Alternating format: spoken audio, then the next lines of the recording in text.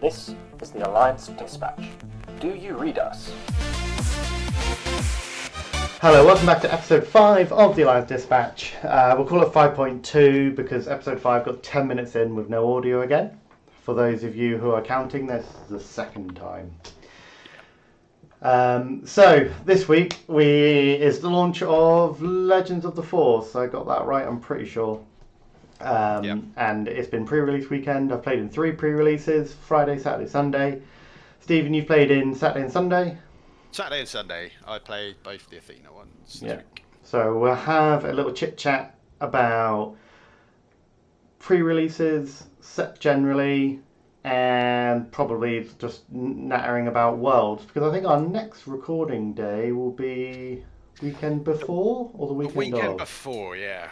So that can be our real kind of deep dive as to what we think is going to happen and all that kind of stuff. Maybe we'll get a sweepstake out. Yeah. Bet who's going to win.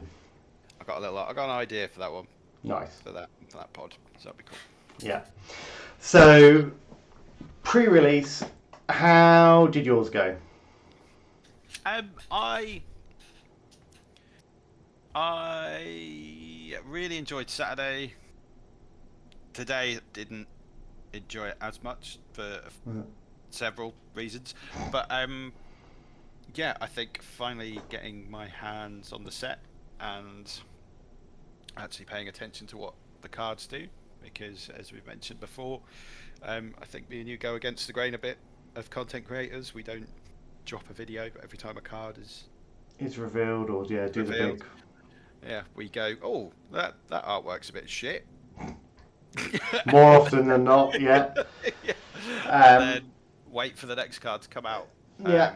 Occasionally we'll have an argument if a card is actually good or not, where I mostly think 90% of cards are trash, and you're like, well, benefit of the doubt. And I'm like, bad card. Cowards! Yeah. Yeah, and yeah, my pre-release was alright. I felt the same thing across all 3 days, and I just don't think my sealed pool led to good deck building all 3 days. And we did, it's side note, it's mine and Stephen's birthday on Tuesday, so by the time you're watching this we've already partied hard. Yeah.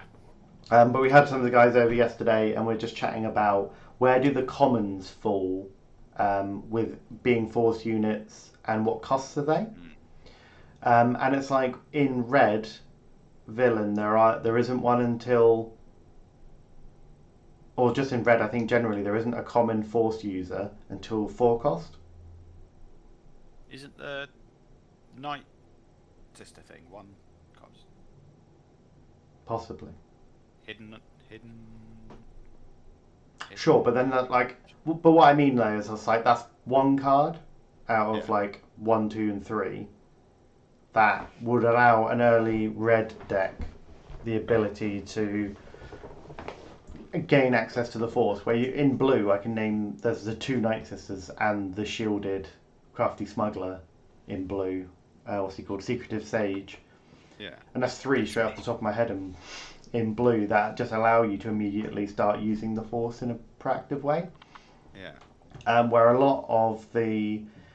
a lot of them in red are rare or uncommon.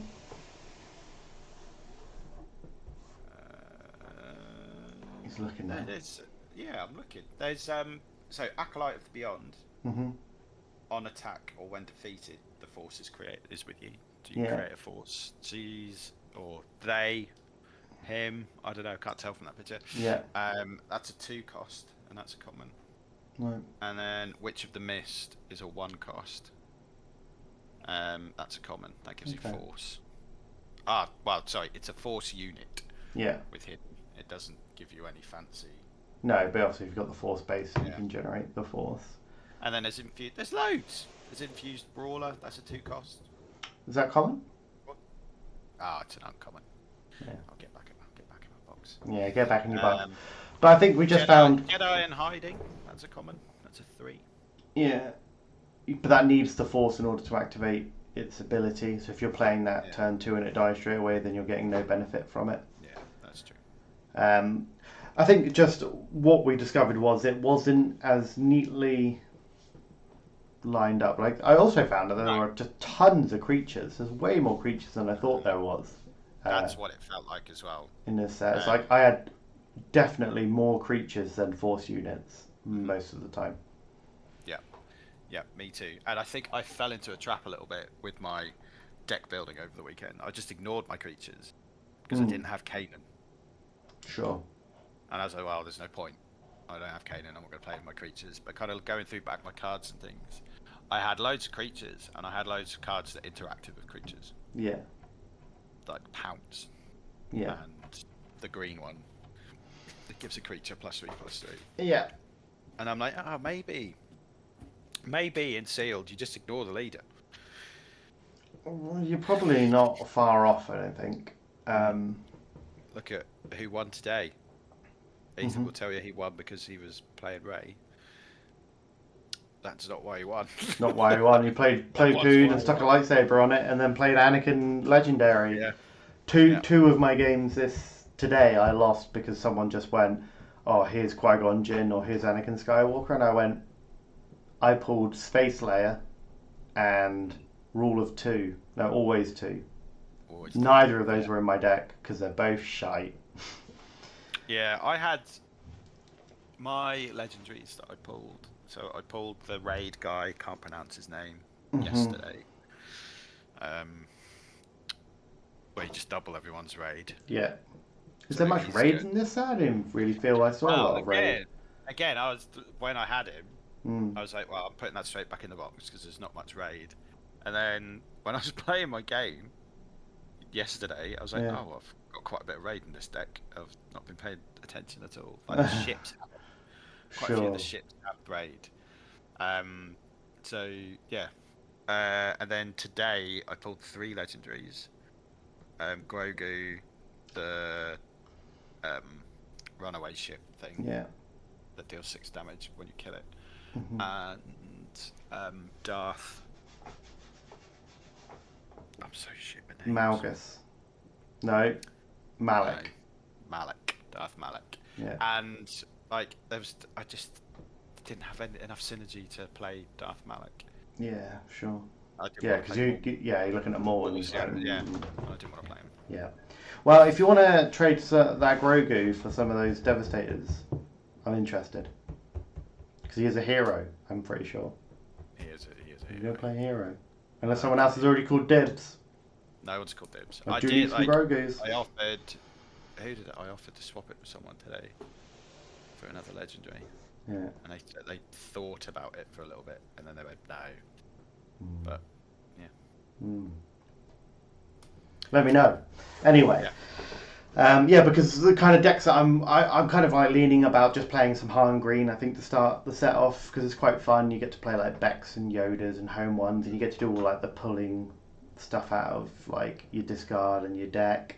I was really enjoying playing Qui-Gon Green right at the start, because then you get to bounce like home one and then play Quinlan Beck to then, not Quinlan Beck, whatever his first name is, Jar Jar Beck. Yeah. To then pull something out of your deck, and you're like going really wide by just like uppy downy all this stuff, and then you play home one again the turn after, and it all gets like really wide and it's really fun, but it's just there's too much going on, and it's so easily disrupted of just like, do you just lose the force, or do you play home one and then they just go fell the dragon and it dies, and you're like, oh, now I can't do any cool Qui-Gon stuff. So it falls apart quite quickly just to, a bit of removal. Yeah. So I kind of then started working on Han, and I think that's where I'm going to start just playing along, because a lot of the good stuff like Becks are uncommon. Yodas are obviously legendary. Grogu's are legendary. But other than that, most of it's all quite uncommon, like Maces and Cadimundis and stuff. Yeah. So I'll look at kind of throwing that together and just seeing how badly I need to get more cards to make it work. Yeah. Is green the one, or is blue the one? I think blue's probably better, but green's really fun. Yeah. Blue's just very expensive, I guess, right? Yeah. Great dragons. Got Luke's, you've got Great Dragons. Grogu's. I'm sure the new Anakin probably isn't that bad. Just playing it as a 5 cost -3 something, because that will generally kill most stuff.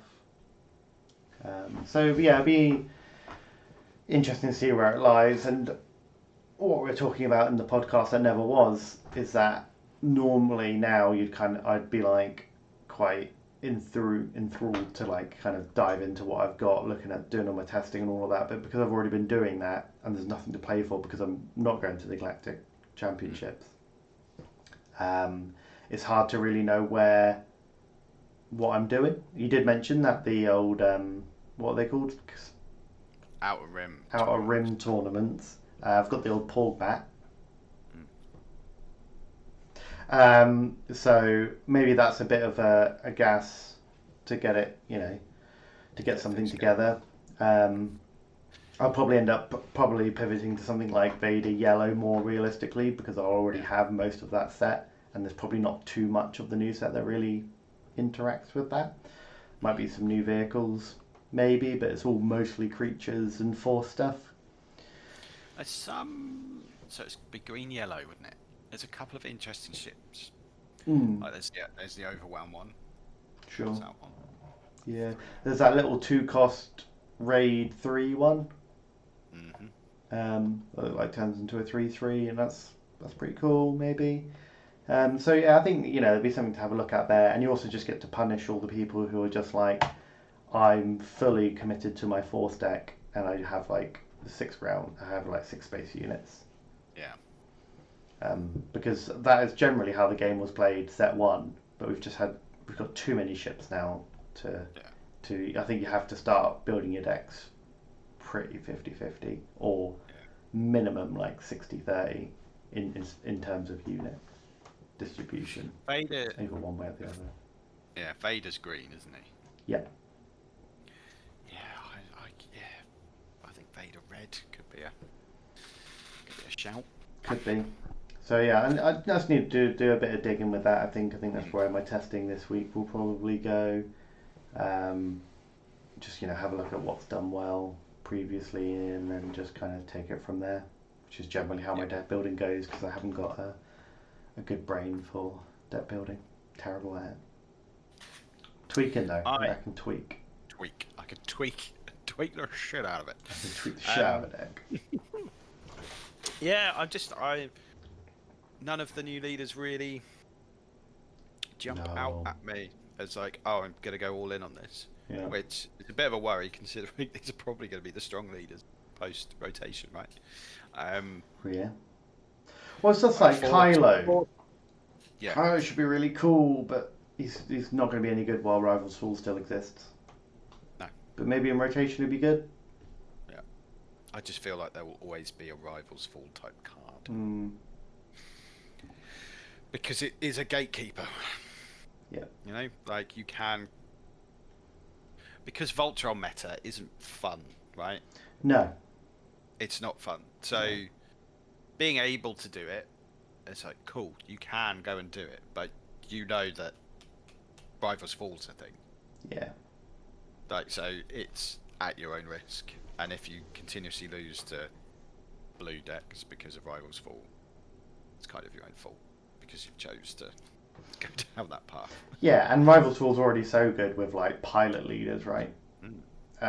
Just because you're, again, 2 eggs, 1 basket, and you probably just need to flip them to the ground and just have a miserable time. So we've still got this whole set to really play through and get to know, and we've still got another set to even preview, learn, get to know before rotation hits. But we are getting close. We are getting close. We've got 8 months. Yeah. It's 8 months until rotation now, so you've just got to have it in the back of your mind that all that good stuff, and every time I build a deck, it's a big whacker set 1, a pretty reasonable whacker set 2, almost nothing in set 3, and a pretty reasonable whacker set 4. All of that's going. So it'll be interesting So to really see how it shakes out. We all play Sabine until rotation. Yeah, I'll miss her. No, I won't. No. No. I think like leaders from this set that actually will be quite impactful, like playing a bit more around with Kanan. I think there probably is something there. Yeah, Being I able really to play like a hidden creature and then shielding it, and then next turn just being like, what are you gonna do? But even like the wolf. Yeah, just Loaf Wolf 3/3 can't No, attack. the named one. Oh, Doom. Doom. Yeah. Doom. Like Yeah. I played against a guy yesterday, and I was like, hang on a minute, what's going on here? Yeah. Like I have played a everything's little getting bit. XP. I have played a little bit of double blue Kanan, and the version that I picked up online I don't think was quite doing what it needs to do. But if you can kind of go into Doom into Bendu and play all this kind of like more weird stuff, there could be something there. I doubt it's going to be outstanding because double blue just doesn't really have the support to be outstanding. No, well, not in Hero. No. So Double villain can be a yeah, if you like a nice double blue eyed. But like when you compare it to like double cunning, where you've got like at least 5 cards that are just super impactful in double aspect, where in vigilance you're like, well, really I've got vigilance and nothing else is really worth playing. But Doom and then Bendu, you might be able to do some cool creaturey stuff and get it all kind of working. Which, if that becomes like a sleeper hit, wins a PQ maybe kind of thing, like like an Akbar did, or even a Dooku did. Yeah, I think it's got the potential to do that because you got big ass units, you got shields, you've got blue hero, which means you got access to loots and redemptions. Like you don't have to have everything creatures and specters, right? No. You can have the top end not be those things. Yeah, because you're still playing a hero deck, right? Like it's still because it costs a resource to shield either a spectre or a creature. You generally want to be playing on curve, and that's why like Alliance Dispatcher, subscribe to the pod, was really good in Luke, and it has always been really good in Luke because it just allows you to just be like, I'll tap that down, and I'll play that. Yeah, and a then bit cheaper. Shield. Yeah, and then I'll put a shield on it. So whether or not I don't think Kanan Green will end up fitting in the same shtick. But if it does, Dispatcher goes straight in and you just start doing the same thing again. But you can't shield the Dispatcher, so it's just a bit more clunky, I guess. But it's just all these little questions where I'm like, why I don't deck build. Yeah, I've got so many ideas. Like after this weekend and seeing some of the cards, I've got so many ideas going through my head about Red Villain again. Yeah, because I've got a set. Red Villain have got some cards now, haven't they? So I've got a set of Sith Holocrons. I've got a set of the +3/+3 thing. Yeah. You discard a card, so I'm kind of like, I'm going to play Kylo, and just see what I can do with that maybe for a while. Sure. But again, just everything I seem to think about, if it's not Boba yellow or Cad Tarkintown, it's red green. Yeah. Like everything I think about is red green at the minute. All I think about is that set 2 Maul. Of Naru Strike or whatever it's called. Great stuff. So it's like I just find it really interesting that I think most of the leaders at the moment are going to kind of settle into that just slightly below great tier. Maybe Talzin might be able to sneak through, but I feel like Kiro is probably doing whatever Blue Villain wants to do better. Yeah, I think Talzin would be Blue-Red Villain. Yeah. For it to really work and make use of a lot of the newer cards. Yeah. I think that will be the color combo for it to do well. Yeah. But if you're playing blue-green villainy, you are probably playing Kira. Yeah. And then you're probably playing Krennic if you don't want to play Kira because of restore. Sure. You either want to grind it out Yeah.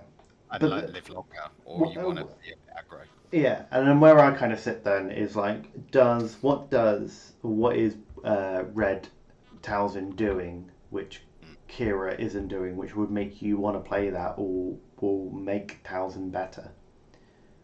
And I don't think there is an answer. Like I don't think there is a positive answer to that question, because I think the Force is slow,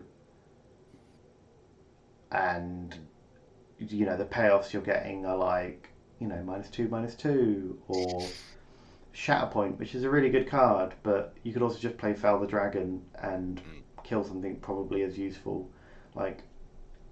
So it's just kind of hard to find where that kind of delicate balance is between the Force and not Force. And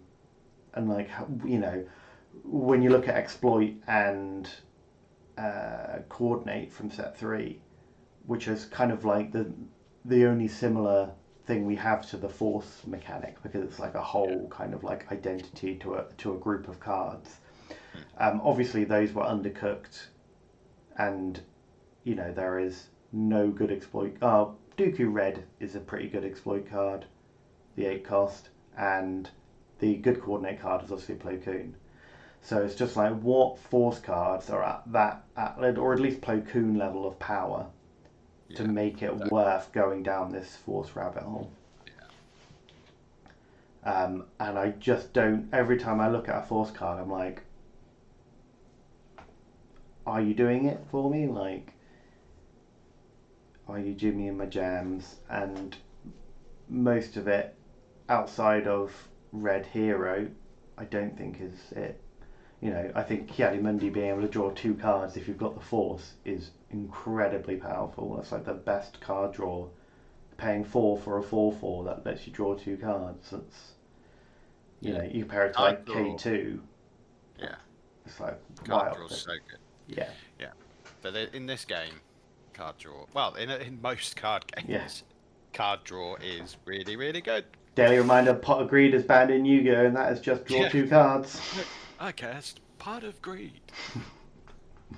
Yu-Gi boy.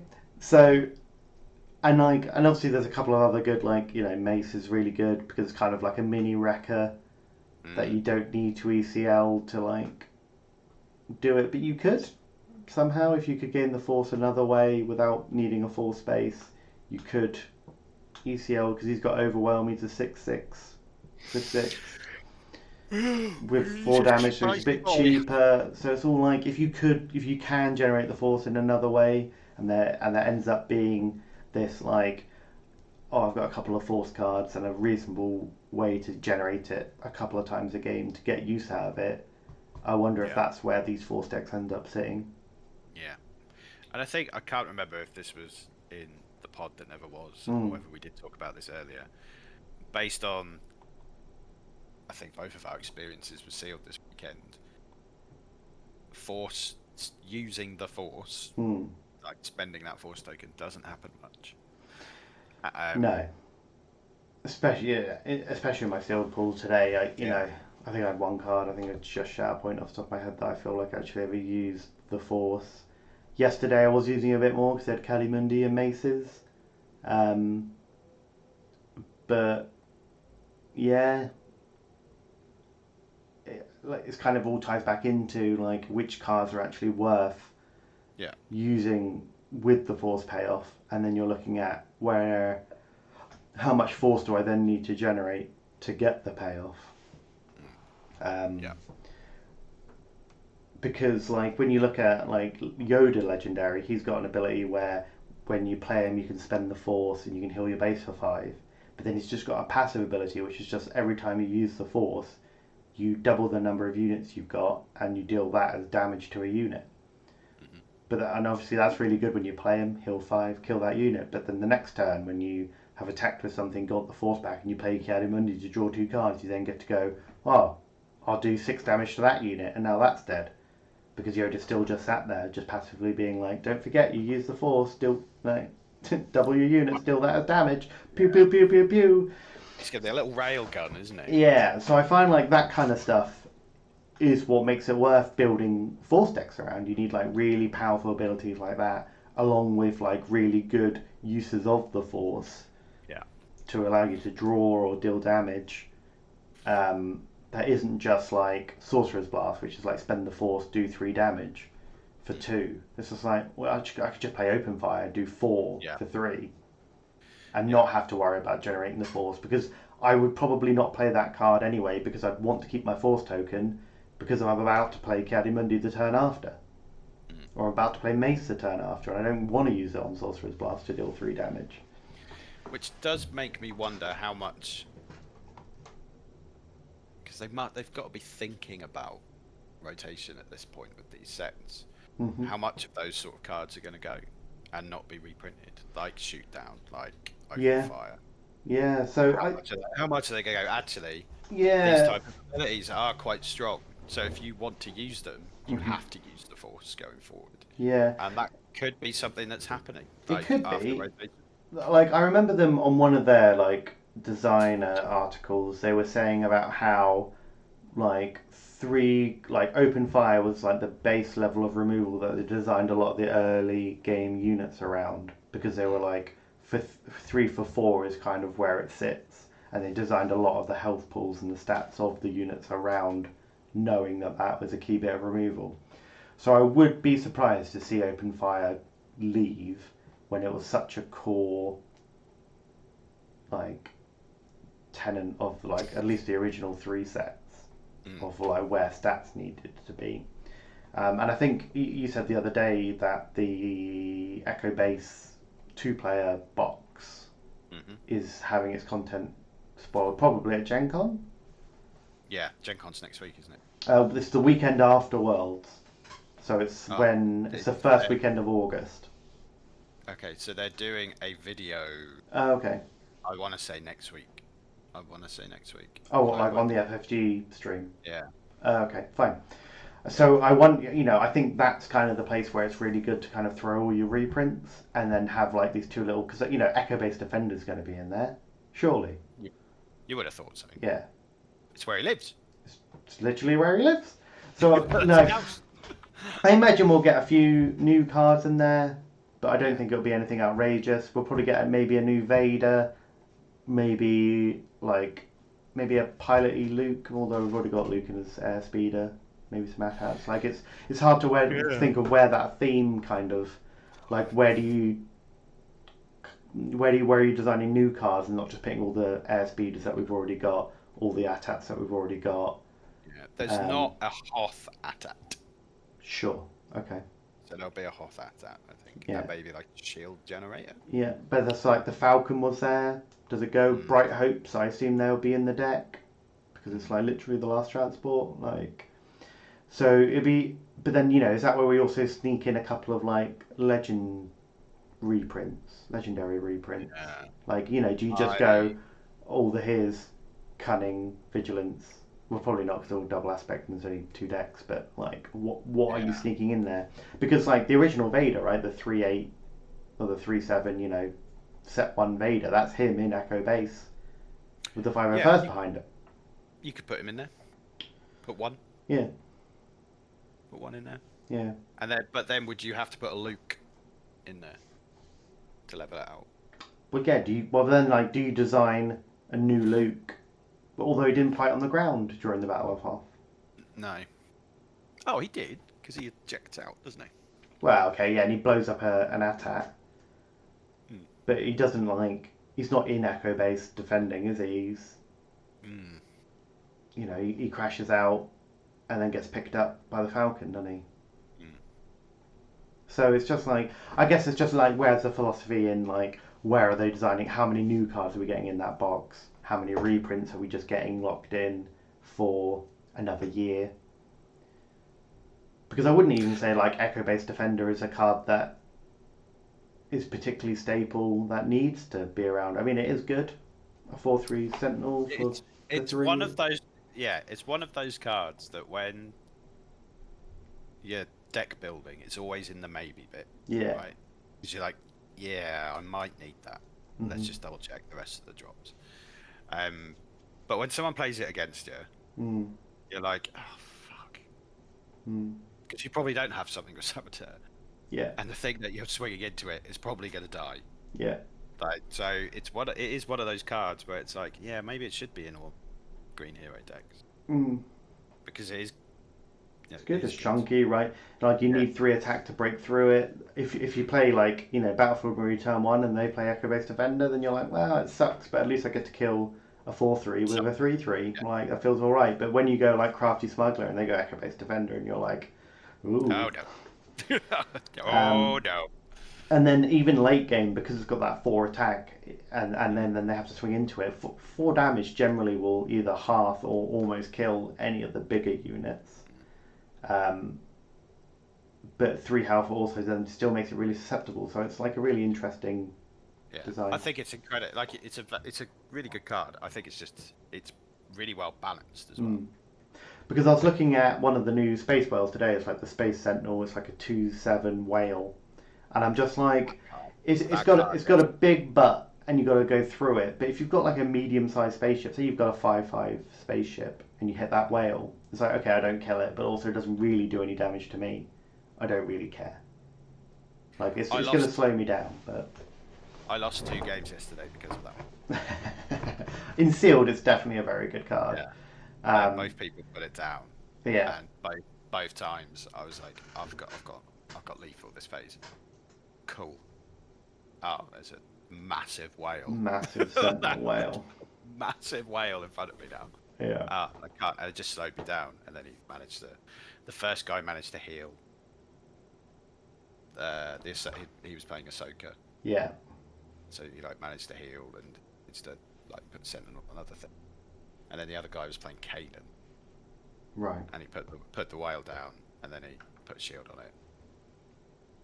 Yeah. And then I'm like, oh no, I can't get past all over here, folks. Yeah. Can't get past it. Sure. Yeah. But they're interesting, the whales. Yeah. And I think like the whales obviously like with Kanan interesting. There's that new protect the pod, which is like deal the remaining HP of a non-vehicle unit to a unit, and that's like the first real bit of green damage removal. Yep. Which is interesting, especially now that they printed all these fairly big-butted whales or creatures and stuff. Or you can even just flip your Kanan, who then turns into like a 5/8 if you've got a creature out, and you can do 8 damage to something. Yeah. Like, so it's all, there's definitely toys there that are starting to kind of push the envelope a bit more, because obviously like green, historically, very bad removal. It's generally got the most capture in it, but capture is not particularly very good. I think it's done now, right? No, capture is the only mechanic they were moving forward out of set 2, because people are always getting captured in Star Wars. Okay. Because people do always get captured in Star Wars. They do. The Rebellion are awful. Yeah, but I just really wish people were always smuggling in Star Wars. Yeah. Because that's a mechanic that needs more love. Yeah, it's a good, fun mechanic. Yeah. And probably not. What is it? Secrets of Power. So kid get some smuggle in there. It's the first two, Jump to Lightspeed, Legends of the Force, were very obviously what those 2 sets were going to be. But what on earth is Secrets of Power? We've already had the holocrons in the 4th set, so it's not going to be holocrony. Maybe it's just going to be a good set. Yeah. Maybe without being leaned super hard in with these, because the last 3 sets, like the Bounty Hunter set, because they released an article last week and they basically said like they felt like they put too much in set 2, like with capture and smuggle and bounties and that. But they all started, made sense. Though, yeah, right? they all kind of made sense, but they said like it like spread the identity of the set too wide, and like they lost something there, and they are going to focus up more. And when they went to design set 3, they focused up a lot more and just did tokens and exploit and thingy, coordinate. So I doubt we'll get something that's got so many mechanics and as so wordy as set 2 again.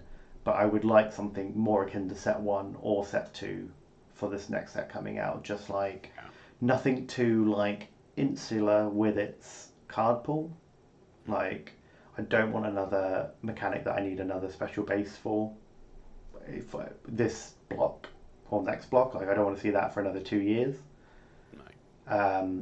And I just want to see like not rebel, but like just another tribal or another 2 tribals or another 4 tribals. Just get some like really good stuff, and just kind of like just so you can start building some decks around like some ideals. Yeah. Rather than being like, well, I'm just going to play Han 2 because he efficiently lets me play the best cards a bit cheaper. Yeah.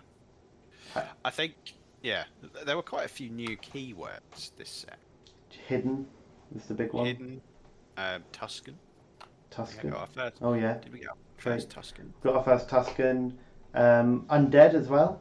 Undead's his first new trait or keyword. No, keyword is trait, isn't it? It's a trait. But undead and all that. Like, Wookiees haven't seen any love since set 2. We had one. We got one this set, right? Did we? What else? Yeah. Oh, Grungy. Yeah. Yeah, so it's just a bit like, how do we get more kind of thematic stuff put together? Rather than like the Quinlan deck, which is just kind of like a a red-yellow discard package with some good hitters in it.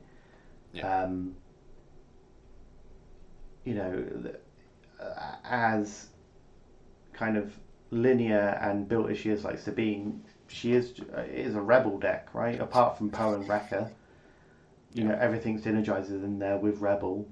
We didn't really get that with Imperial because of certain cards. Mainly like the Fleet Lieutenant and the Wing Leader equivalents costing 2 and 4, so you couldn't kind of like play a 2-drop and then just pump it and run with it like you could on the Rebel side. But it's just like all the Mandalorians were really understated in set 2 and like didn't really get any good stuff. No, I think I only played a Mandalorian deck once, and that was in that draft. Sure. Where you had a whale of a time with Maul. And disappeared. And then went home. Yeah, good times. Yeah, so it's just like, I would like to just see more thematic decks, because at the moment it's all about finding efficient leaders and then playing the best cards, which I think most of the time that's obviously what the game is going to boil down to. That's why Kira's good, because you can just be like 2 damage, shield it. Alright, now like what you can do, like you have to use hard, you have to defeat it, or else you're in trouble. Han 2 and Han 1 just allow you to just resource cheat. Boba was really good because he allowed you to resource cheat. Django's tribal was just pinging damage to exhaust your board, and they added too much of that. And Triple Dark Raid kind of gave you easy access to doing that. Yeah, I think like the only truly good tribal leader at the minute is probably Cad, right?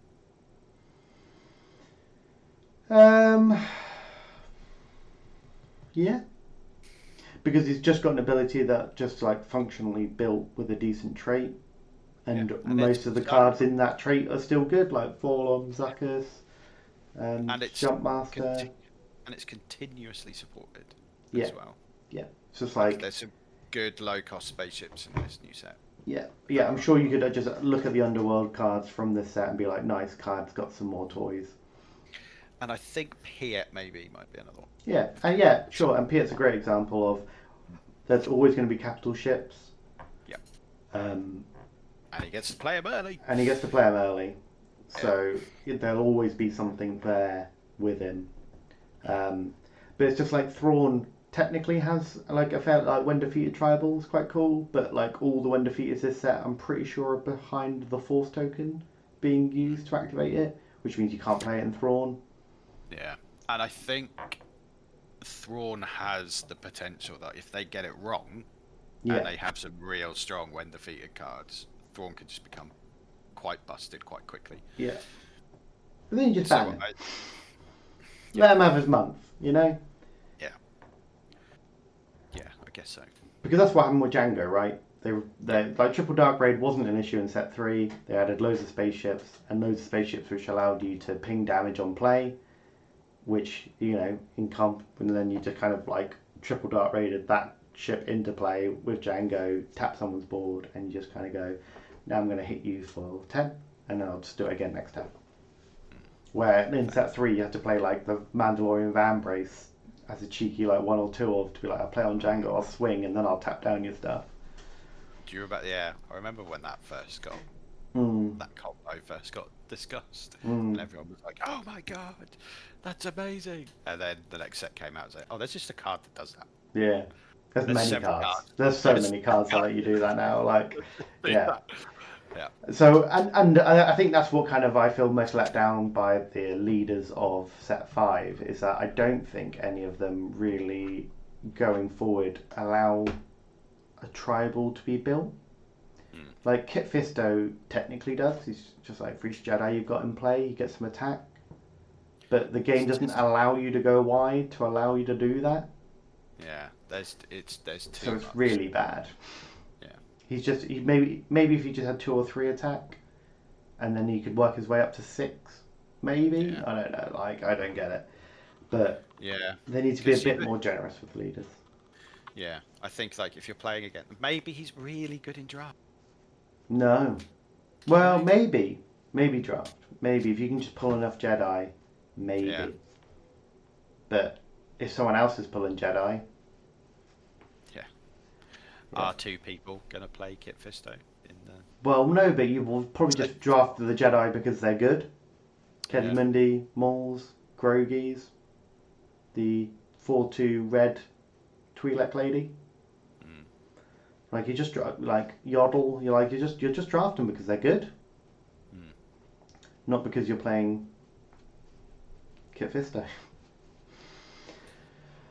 Yeah, so I think, this set will end up being probably around the same power level as last set. There's going to be some good stuff. Like, I don't think it's going to be another set 3. Hopefully. Although I'll feel real glad if it is, because I've not bought any boxes of this one. No. Unlike I did for set 3. No. Yeah. Just going back to when we were talking about there not being many tournaments and things for us lowly non-GCers. Yeah. There's the Outer Rim tournaments that no one really knows anything about. Yeah. Other than they're happening the weekend of Worlds. Yeah. Do you think they're going to be Season 1 tournaments? No. No? No. Because I know you were saying earlier at the shop about, the first, once you get kicked out of Worlds day 1 and the first tournament then, and then when you played the new tournament day 2, that's the first tournament of Season 1. And you're reckoning we're going to get a lot of that information. Yeah, we need beforehand. We need to get information about Season 1 Yeah. before Galactic. But that's assuming that that's still their plan. They've announced it. Well, yeah, but they announced it when they announced Worlds, and they've not mentioned it since. If they just don't mention it for the next 3 weeks, they could just not start Season 1. I think it's on their website. Okay. I think it's on the website for I would have just expected the Season 1 stuff to be announced before this set came out. And like they're showing off the Echo Base stuff in a week, but they're not talking about Season 1 yet. It just, I don't know. I'm not holding my breath for, interesting Season 1 developments. Yeah. Because I know FFG, right? I've played their games for many years. True. I'll put a little link at the top here about my thoughts about Season 1. Nice little segue to... Is it going to be over there, is it? Okay. Yeah. Nice little segue to a video that I did. Yeah. But yeah, they've got to. They've got to. I kind of hope they do. Yeah. Like, I really hope they talk about Season 1 at least and just be like, this is what's going to... Yeah. Yeah. I just want a nice point system. and we can kind of work our way on from there. But you know, if they keep hitting worlds in America every year, unless I'm winning flights, I'm not going. Yeah. Generally, because you know you're paying over a ton for a transatlantic flight. Yeah. But if they announce it in a month's time, then maybe. Yeah. Maybe Yeah, you look at flights and it's like 600 quid and you're like, you know what? Stick that on the old finance, pay it over 3 months, 6 months. You know, you can make it work. £100 a month, easy to do. £700 in a whack, not so easy to do. No. So, yeah, I think the first pod after Worlds, because I guess, because we're doing the weekend before Worlds, will be the weekend after Worlds when we pod, which will be nice because we can kind of look at all the stats and all the breakdown of how it's gone. Yeah. Which will be nice and cool. Yeah. Bring back the old Sager stats section. Fan Bring favourite, back I've heard back. Bring back the SS. Stages stats. Bring back Stages stats. Not the historical. Not anything else No, regarding. not the historical ones. No. Don't cancel. Yeah. Kanye becomes our #1 fan. Yeah. So I think that kind of wraps up everything I wanted to talk about today. Is there anything else you want to talk? You say that's on the tip of your tongue? I've not given you that. No. I think it's a bit of smooth burnout this weekend, right? Like 5 tournaments between the two of us. Yep. Yeah, Jay's having a little nap. Yeah, it was meant to be on. He didn't make it. Yeah, he's having a little post pre-release nap after 3 tournaments, and the other guys did a draft yesterday, didn't they? They did like a whole day. They did a whole day. They did a tournament. They did a pre-release, and then they went home and drafted. Yeah. Which that's brave. Yeah.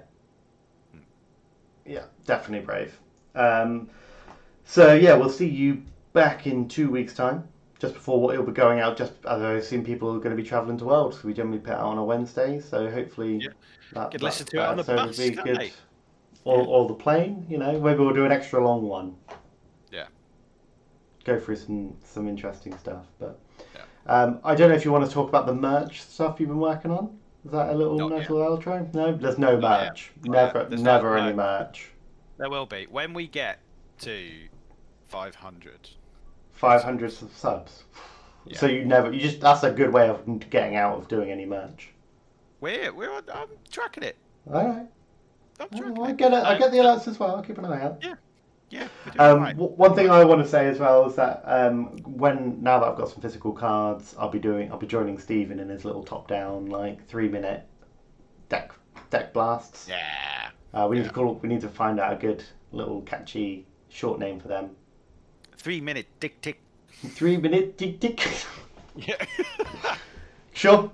Got to be said with the Kiwi accent. Yeah. Yeah. Fine. Okay. Well, that's everything from me. Rather be lucky than good. That might be on some merch. That might also be on some merch. Yeah. And something about Garibaldi biscuits. This is the Alliance Dispatch. Over and out.